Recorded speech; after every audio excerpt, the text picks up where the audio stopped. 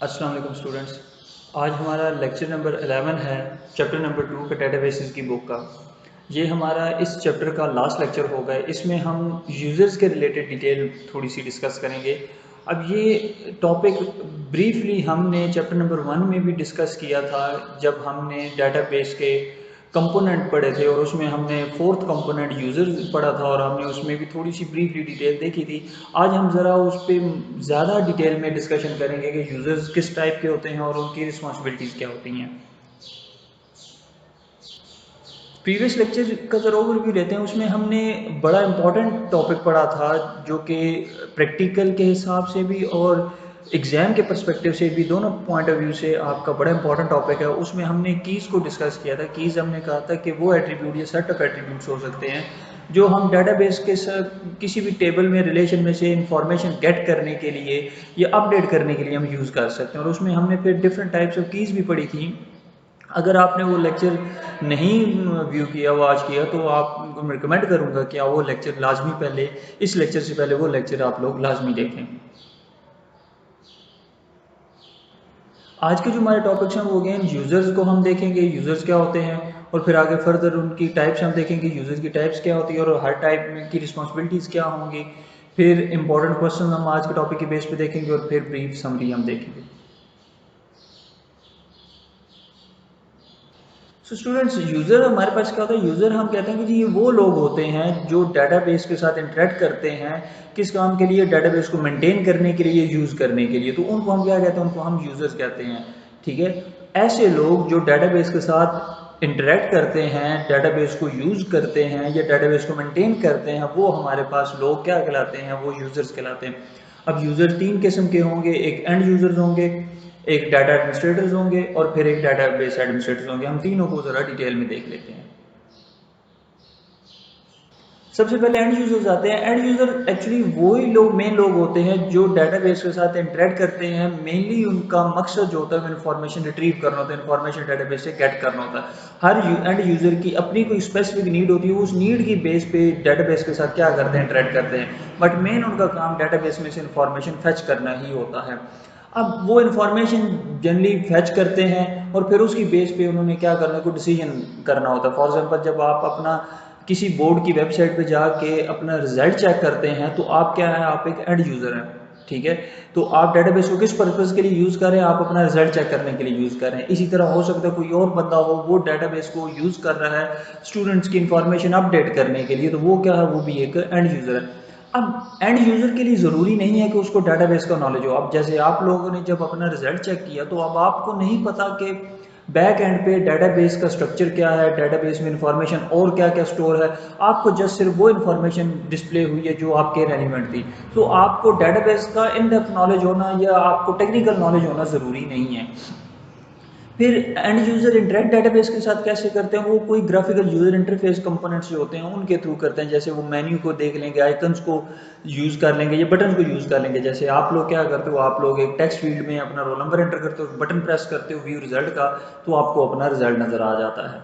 तो ये क्या है? ये आपके पास एंड यूज़र्स होते हैं। फिर हमारे पास डाटा एडमिनिस्ट्रेटर्स आते हैं। डाटा एडमिनिस्ट्रेटर्स क्या होते हैं? ये वो लोग होते हैं जो पूरे के पूरे डाटा को के रिस्पॉन्सिबल होते हैं। उसको मेंटेन करने की रिस्पॉन्सिबिलिटी जो होती है वो डाटा एडमिनिस्ट्रेटर्स की होती है। अब यहाँ पे इंपॉर्टेंट पॉइंट डाटा है कि जो ऑर्गेनाइजेशन है उसमें डाटाबेस में जो डाटा सेव्ड है, उस डाटा को मेंटेन करने की रिस्पॉन्सिबिलिटी डाटा एडमिनिस्ट्रेटर होगी। अब उसकी फर्दर रिस्पॉन्सिबिलिटीज़ क्या हो सकती है? कि एक तो उन्होंने फंक्शनल रिक्वायरमेंट डाटाबेस की बनानी है कि जी डाटाबेस कितना यूज़ होगा, कितने लोग यूज़ करेंगे, कितनी देर के लिए यूज़ करेंगे। ठीक है। कितने उसमें डाटा आएगा, 1000 स्टूडेंट्स का डाटा आएगा या 2 लाख का आएगा, जो भी आपकी फंक्शनल रिक्वायरमेंट है वो आपका डाटा एडमिनिस्ट्रेटर डिज़ाइन करेगा।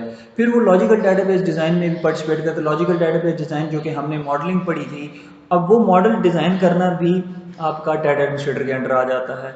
फिर डाटा एडमिनिस्ट्रेटर का काम होता है कि वो डाटा डिक्शनरी जो है, जिसको हमने मेटा डाटा या डाटा अबाउट डाटा भी पढ़ा था, जिसमें आपके डाटा की इंफॉर्मेशन स्टोर होती है, उसकी डेवलपमेंट में पार्टिसिपेट करता है। और अगर किसी कोई स्टाफ या एम्प्लॉय को ट्रेनिंग की रिक्वायरमेंट है, ट्रेनिंग की ज़रूरत है डाटाबेस को चलाने के लिए, तो उसकी ट्रेनिंग का भी जो जिम्मेदार है वो डाटा एडमिनिस्ट्रेटर है, उसने ट्रेनिंग भी कंडक्ट करवानी है।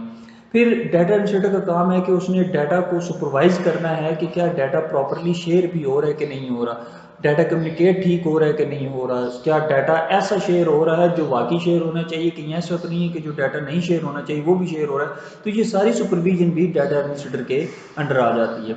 फिर एक इम्पॉर्टेंट काम जो रिस्पॉन्सिबिलिटी जो डाटा एडमिनिस्ट्रेटर की होती है वो ये है कि उसका काम होता है कि उसने करंट और फ्यूचर नीड्स जो होती हैं ऑर्गेनाइजेशन की जहाँ पे वो काम कर रहा होता है उसको उसने एनालाइज करना है और फिर उसके मुताबिक उसने प्लान बनाना है। फॉर एग्जांपल अगर फॉर द टाइम बीइंग आपके डेटाबेस की रिक्वायरमेंट जो है वो ये है कि उसने 1000 स्टूडेंट की इंफॉर्मेशन स्टोर करनी है, तो आपका डाटा एडमिनिस्ट्रेटर 1000 स्टूडेंट के हिसाब से सारी चीज़ें सेट करेगा। अब अगर वो ये साथ साथ देखता रहेगा कि कल को हो सकता है कि 2000 स्टूडेंट्स की हमें इंफॉर्मेशन स्टोर करनी पड़े, तो वो उसके हिसाब से उसने एडवांस में वो प्लान बना के रखने हैं। तो ये क्या, ये चंद एक रिस्पॉन्सिबिलिटीज़ हैं जो डाटा एडमिनिस्ट्रेटर के अंडर आती हैं। फिर हमारे पास लास्ट डेटाबेस एडमिनिस्ट्रेटर था। डेटाबेस एडमिनिस्ट्रेटर हम कहते हैं ये वो बंदा होता है, ये वो लोग होते हैं जो डेटाबेस को मेंटेन करते हैं। इनको हम डेटाबेस एडमिनिस्ट्रेटर या डीबीए भी बोलते हैं। अब डाटा एडमिनिस्ट्रेटर और डेटाबेस एडमिनिस्ट्रेटर में फ़र्क यह है कि डाटा एडमिनिस्ट्रेटर का काम है डाटा को मेंटेन करना और डेटाबेस एडमिनिस्ट्रेटर का काम है कि ओवरऑल जो आपका डेटाबेस है उसको मेंटेन करना। अब आपका डेटाबेस एडमिनिस्ट्रेटर या डीबी है जो वो डिज़ाइन, इम्प्लीमेंटेशन, ऑपरेशन या मैनेजमेंट ऑफ द डेटाबेस जो है उसके लिए रिस्पॉन्सिबल होगा। फिर डेटाबेस एडमिनिस्ट्रेटर के लिए ज़रूरी है कि वो उसको टेक्निकल नॉलेज लाजमी हो, टेक्निकल एक्सपर्ट हो वो डेटाबेस और डीबीएमएस के रिलेटेड। डाटा एडमिनिस्ट्रेटर के लिए भी एक्चुअली यही चीज़ चलती है, आपकी एंड यूज़र के लिए टेक्निकल होना ज़रूरी नहीं है, लेकिन डाटाबेस एडमिनिस्ट्रेटर के लिए टेक्निकली एक्सपर्ट होना बहुत ज़रूरी है। अब उसकी मेन रिस्पॉन्सिबिलिटीज़ क्या आती हैं, एक तो उसने डेटाबेस का जो सॉफ्टवेयर है वो कंप्यूटर पे इंस्टॉल करना है, ऑर्गेनाइजेशन सिस्टम पे उसने डेटाबेस जो भी आपका डीबीएमएस यूज़ होगा वो इंस्टॉल करना है, और फिर उसने ये देखना है कि इंश्योर करना है कि जो ऑथराइज यूज़र हैं डेटाबेस के वही यूज़ कर रहे हैं। लोगों को अगर उसने ग्रुपिंग करनी है, डाटा सिक्योरिटी प्रोवाइड करनी है कि जी फलां यूज़र जो सेट ऑफ यूज़र हैं वो सिर्फ इतना डेटाबेस एक्सेस कर सकते हैं, तो वो भी सिक्योरिटी डेटाबेस एडमिनिस्ट्रेटर ने सेट करनी है। फिर डेटाबेस एडमिनिस्ट्रेटर का इंपॉर्टेंट पॉइंट ये भी एक आता है, रिस्पॉन्सिबिलिटी ये आती है कि उसने डेटाबेस को के रेगुलर बैकअप लेने हैं, उसने उसकी एडिशनल कॉपी जनरेट करके रखनी है, और ताकि अगर किसी टाइम अगर डाटा आपका लॉस्ट हो जाता है, डैमेज हो जाता है, तो फिर वो एडिशनल कॉपी को यूज़ करके रिस्टोर कर सके। अब मेन डाटा एडमिनिस्ट्रेटर का काम है डाटा की देख देख करना, और डेटाबेस एडमिनिस्ट्रेटर का काम है डेटाबेस को देख देना ना। और डेटाबेस आपका अगर सिस्टम किसी टाइम डाउन होता है तो वो फिर डीबीए की रिस्पॉन्सिबिलिटी में आ जाता है कि वो उसको अप एंड रनिंग कंडीशन में रखे। तो आज के टॉपिक में बेस पे जनरली शॉर्ट क्वेश्चन ये आपसे पूछे जाते हैं कि जी एंड यूजर्स कौन से होते हैं, या आप रिस्पॉन्सिबिलिटीज़, दो रिस्पॉन्सिबिलिटीज़ लिखें डीबीए की, तो वो हमने अभी देखा है कि सॉफ्टवेयर इंस्टॉल करना डेटाबेस को, रेगुलर बैकअप लेना, तो ये दो रिस्पॉन्सिबिलिटीज़ आप लिख सकते हो। फिर डिफरेंस बिटवीन एंड यूज़र और डाटा एडमिनिस्ट्रेटर के हैं। एंड यूज़र वो लोग होते हैं जो डाटा को अपनी नीड्स के मुताबिक यूज़ करते हैं, और डाटा एडमिनिस्ट्रेटर होते हैं जो रिस्पॉन्सिबल होते हैं कि डाटा आपका मेनटेन रहे। तो स्टूडेंट आज का हमारा चैप्टर नंबर 2 का लास्ट टॉपिक था, और ये शॉर्ट सा लेक्चर था। इसमें हमने यूज़र्स डिफाइन किए कि यूज़र कौन से होते हैं, फिर हमने टाइप्स ऑफ यूज़र्स को भी थोड़ा सा देख लिया कि टाइप्स ऑफ यूज़र 3 तरह के होते हैं। एंड यूज़र्स होते हैं, डाटा एडमिनिस्ट्रेटर्स होते हैं, और डेटाबेस एडमिनिस्ट्रेटर्स होते हैं। अगर आपका इस चैप्टर के रिलेटेड कोई भी क्वेश्चन हो तो आप नीचे वीडियो के नीचे कमेंट्स में ज़रूर पोस्ट करें, अदरवाइज़ आप हमें व्हाट्सएप पे भी कंटेक्ट कर सकते हैं। Thank you so much.